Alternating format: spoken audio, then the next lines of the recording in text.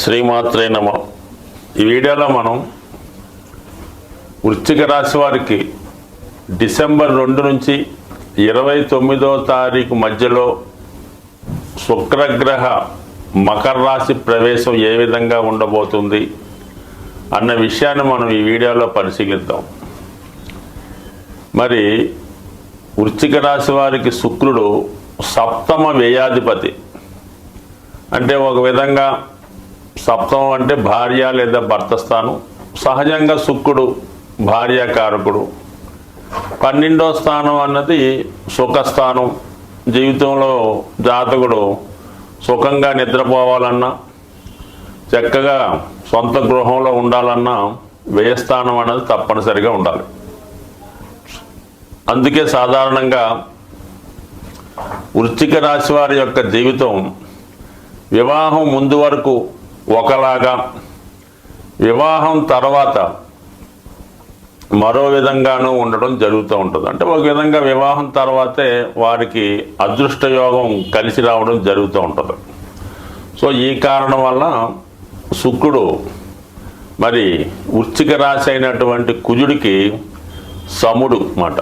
అందుకని ఏంటంటే సాధారణంగా వివాహ సంబంధాలు, వివాహం పొంతను చూసినప్పుడు ఆపోజిట్ రాశులైనటువంటి మేష, తుల, వృశ్చిక, వృషభ రాశి వారికి పెద్దగా పాయింట్లు కలగకపోయినా వివాహం చేయడం జరుగుతూ ఉంటుంది. అంటే ఇది ఒక పద్ధతి అంతే, ఇదే మెయిన్ అని కాదు.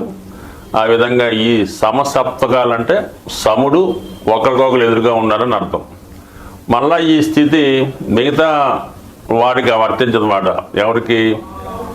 మకర, కర్కాటకానికి, కుంభ, సింహరాశి వారు వాళ్ళు సప్తముల అంటే ఒకరికొకరు 7లో ఉంటారు, కానీ సములు కారమాట. అందుకని వాటిని కేవలం వీళ్ళని సమసప్తక స్థితి అంటారు. అంటే వీళ్ళు వివాహం చేసుకోవడం వల్ల ఒకరికొకరు కొంతకాలం కొట్టుకున్నా తిరిగి మళ్ళీ కలుసుకుంటూ ఉంటారు.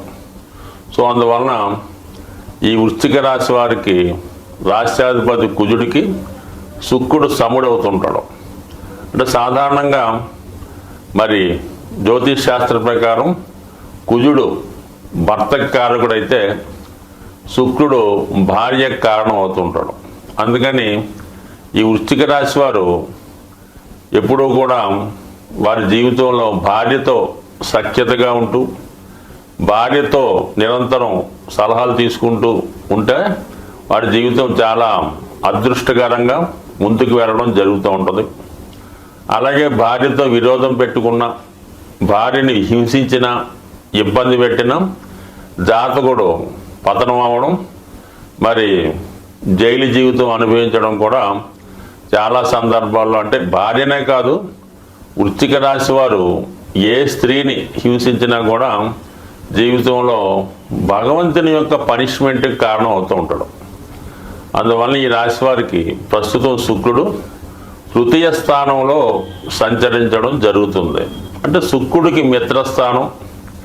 మరి ఒక విధంగా మకరానికి వృశ్చిక రాశి బాధకుడు కాబట్టి, సో ఏదైనా శుక్రుడు 3వ స్థానంలో సంచరించడం, మరి ఒక విధంగా సప్తమాధిపతి 3లో సంచరించే సమయంలో ఎక్కువగా శుక్రుడు వివాహ ప్రయత్నాలకి, ఖరీదైన వాహనాలకి, ఎంటర్టైన్మెంటు, సినిమా పరిశ్రమ, వీటన్నిటికీ శుక్రుడు కారణం అవుతుంటాడు. కాబట్టి మరి ఏదైనా శుక్రుడు 3వ స్థానంలోకి వచ్చినప్పుడు ఒక విధంగా జాతకుడు చేస్తున్నటువంటి వివాహ ప్రయత్నాలు ఫలించే అవకాశం ఉన్నది.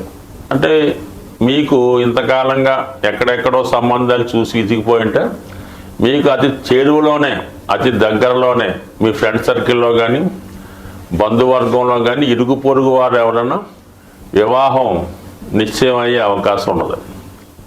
ఇంకొక పెద్ద విశేషం ఏంటంటే ఈ గ్రహాల మార్పు సహజంగా సప్తమాధిపతి అయినటువంటి శుక్రుడు మకరంలో ఉన్నాడు, రాష్ట్రాధిపతి అయినటువంటి కుజుడు కర్కాటకంలో ఉండి మళ్ళీ వీళ్ళిద్దరి మధ్య పరస్పర వీక్షణ కలిగింది. సో ఈ కారణం వల్ల ఏంటంటే ఈ వృశ్చిక రాశిలో ఉన్నటువంటి అమ్మాయి కానీ అబ్బాయి కానీ గత కొంతకాలంగా వివాహం వద్దు తర్వాత చేసుకుంటాం అని ఏదో కారణం వల్ల వంకలు పెడుతుంటే అటువంటి వాళ్ళకి మీరు ఏదైనా మీకు మంచి సంబంధం అనిపిస్తే మీరు ఈ డిసెంబర్ 2, 29 మధ్యలో ఈ పెళ్లి చూపులు లాంటి ఏర్పాటు చేస్తే ఖచ్చితంగా అమ్మాయి అబ్బాయి ఒకరికొకరు నచ్చి తొందరగా వివాహానికి అంగీకరించి తొందరగానే భార్యాభర్తలుగా మారే అవకాశం ఉంటుంది. అలాగే ఏంటంటే జాతకుడు ప్రయాణాల్లో పరిచయం అయినటువంటి అమ్మాయి లేదంటే అబ్బాయి అది ప్రణయంగా మారి స్నేహంగా మారి వివాహం వరకు దారి తీయడానికి ఈ గ్రహస్థితి కొంతవరకు సహకరించడం జరుగుతుంది. ఇంకో గొప్ప విశేషం ఏంటంటే ఈ రాశిలో ఉన్నటువంటి వాళ్ళు భార్యాభర్తలు కానీ ప్రేమికులు కానీ గతంలో ఏదో కారణం వల్ల విడిపోయి ఉంటే మళ్ళా వాళ్ళు ఏదో వివాహ వేడుకలోనో ప్రయాణంలోనో కలుసుకొని తిరిగి మళ్ళా వారు వివాహ బంధాన్ని కొనసాగించే విధంగా ఈ గ్రహస్థితి అనుకూలంగా ఉంది. బట్ ఏదైనా ఈ శుక్రగ్రహ సంచారం వృశ్చిక రాశి వారికి కొత్త పరిచయాలు ఏర్పడతాయి.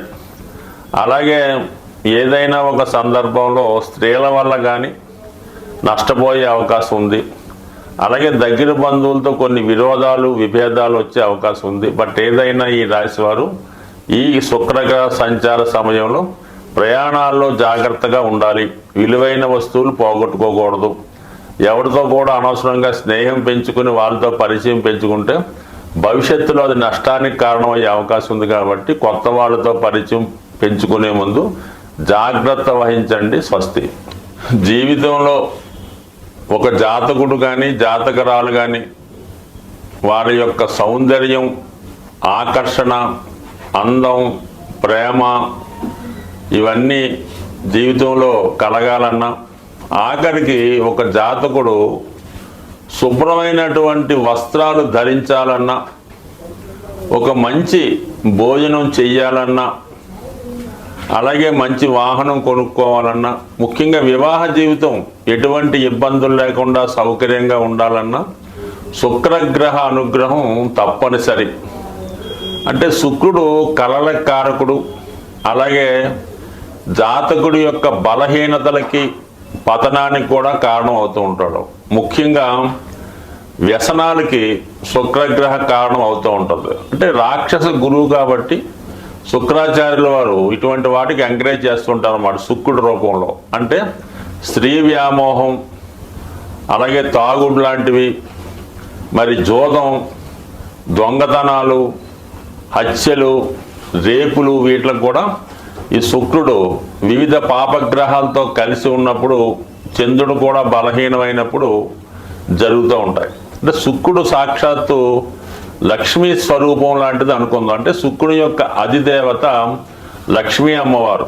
అంటే లక్ష్మీ అమ్మవారి యొక్క అనుగ్రహం కావాలంటే జాతకుడి యొక్క జన్మ జాతకంలో శుక్రుడు ఎటువంటి కళంకం లేకుండా ప్యూర్గా సింగిల్గా శుభగ్రహ స్థానంలో ఉంటే జాతకుడికి అదృష్టం వరించడం జరుగుతుంది. శుక్రుడు ఎటువంటి పాపగ్రహంతో కలిసినా ఆ గ్రహ కారకత్వాల ద్వారా జాతకుడు పతనం అవడం జరుగుతూ ఉంటుంది. శుక్రుడి యొక్క అనుగ్రహం కావాలంటే జాతకుడు లక్ష్మీ అనుగ్రహాన్ని పొందవలసి ఉంటుంది. అది పొందాలంటే జాతకుడు స్త్రీలతో గౌరవప్రదంగా వ్యవహరించాలి, భార్యని భార్యగా గౌరవించాలి, తల్లిని తల్లిగా గౌరవించాలి, ఇతర స్త్రీలను కూడా తల్లితో సమానంగా చూడాలి. అలాగే తన కుటుంబంలో ఉన్నటువంటి కోడలను కానీ కుమార్తెను కానీ మదర్ను కానీ చెల్లెళ్ళను కానీ అక్కలను కానీ దేవతా స్వరూపంగా కొలిచి దానికి అనుగుణంగా వాళ్ళకి వివిధ రూపాల్లో ఎటువంటి ఇబ్బంది రాకుండా వాళ్ళకి బాధ కష్టం రాకుండా ఖచ్చితంగా వాళ్ళకి అన్ని సౌకర్యాలు కల్పించాలి. జాతకుడికి ఉన్నా లేకపోయినా వాళ్ళకి బట్టలు, నగలు, సమయానికి వివాహం చేయడం ఇవన్నీ కూడా సమకరించినప్పుడు జాతకుడిలో ఉన్నటువంటి శుక్రగ్రహం యాక్టివేట్ అయి జాతకుడికి శుభ ఫలితాలు రావడం జరుగుతూ ఉంటుంది.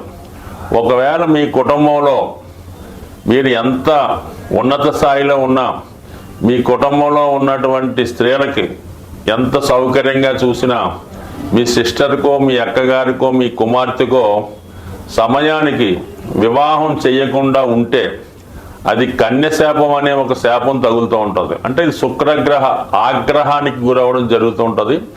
ఆ కారణం వల్ల ఏంటంటే కుటుంబంలో శుభకార్యాలు వాయిదా పడుతుంటాయి, ఆర్థిక పరమైన ఇబ్బందులు రావడం జరుగుతూ ఉంటుంది. సాధారణంగా చూడండి, ఎవరి కుటుంబంలో అయినా ఆ కుటుంబంలో స్త్రీలకి వివాహం ఆలస్యం అవుతుందంటే ఖచ్చితంగా ఆ కుటుంబంలో ఆర్థిక సమస్యలు ఉంటాయి, లేదంటే ఆ కుటుంబ యజమాని బాధ్యతారహితంగా వ్యసనపడి ఉండడం జరుగుతుంటుంది. ఇవన్నీ తొలగాలంటే శుక్రగ్రహ అనుగ్రహం నిమిత్తం ప్రతి శుక్రవారం, కొన్ని ప్రాంతాల్లో గురువారం, ఎప్పుడైనా పర్లేదు, ఆ రోజు లక్ష్మీ అమ్మవారి అనుగ్రహానికి అమ్మవారిని విధి విధానంగా పూజ చేస్తూ మరి ఖచ్చితంగా లక్ష్మీ స్తోత్రం, శ్రీ సూక్తం, కనకదారా స్తోత్రం లాంటివి చదువుతూ కంపల్సరిగా విష్ణు సహస్రనామాన్ని కూడా పారాయణ చేయాలి. ఎప్పుడైనా సరే లక్ష్మీ అనుగ్రహం కావాలంటే విష్ణుమూర్తి అనుగ్రహం తప్పకుండా ఉండవలసిందే. అది లేకుండా కేవలం లక్ష్మీ అమ్మవారిని పూజిస్తూ లక్ష్మీ స్తోత్రం చదివినంత మాత్రాన లక్ష్మీదేవి అనుగ్రహం ఎట్టి పరిస్థితుల్లో కూడా వచ్చే అవకాశం లేదు. కేవలం వెంకటేశ్వర స్వామిని ఆరాధించడం వల్లే మీకు పద్మావతి అమ్మవారి అనుగ్రహం లభిస్తుంది. ఈ చిన్న టెక్నిక్ గమనించండి, ఆ విధంగా వెళ్ళండి. దాంతోపాటు శుక్రునికి అనుకూలమైనటువంటి వజ్రాన్ని ధరించడం వల్ల, అది చాలా ఖరీదైంది, ధరించలేని వారు స్ఫటిక మాలని ధరించడం వల్ల జాతకుడికి లక్ష్మి అనుగ్రహం కలుగుతుంది. అతనిలో ఉన్నటువంటి బలహీనతలు తొలగి, అంటే ఏదైనా స్త్రీ వీక్నెస్, ఇంకో బలహీనత ఉంటే దాని నుంచి బయటపడే విధంగా ఈ స్ఫటికమాల అతనికి సహకారపడుతుంది. అలాగే అనుకూలం ఉన్నవాళ్ళు స్ఫటికంతో తయారు చేసినటువంటి శివలింగాన్ని, చిన్నది 1 ఇంచి 2 ఇంచుల పరిణామంలో కానీ, స్ఫటికంతో చేసినటువంటి శ్రీచక్రాన్ని కానీ మీ పూజా మందిరంలో నిత్యం పూజించుకోవడం వల్ల ఖచ్చితంగా మీ యొక్క ఆర్థిక పరమైన సమస్యలు, కుటుంబంలో ఉన్నటువంటి వివాహపరమైన సమస్యలు, స్త్రీ దోషం, స్త్రీకి ఉన్నటువంటి శాపం కానీ, స్త్రీ శాపం కానీ, మాతృశాపం కానీ తొలగి ఆ కుటుంబం ఖచ్చితంగా మరి చక్కగా లక్ష్మీ కళతో మంచి నేమ్తో ఉండే అవకాశం ఉంది. బట్ ఏదైనా ఖచ్చితంగా మాత్రం శుక్రగ్రహ అనుగ్రహం కావాలంటే స్త్రీలను గౌరవించవలసిందే. స్వస్తి.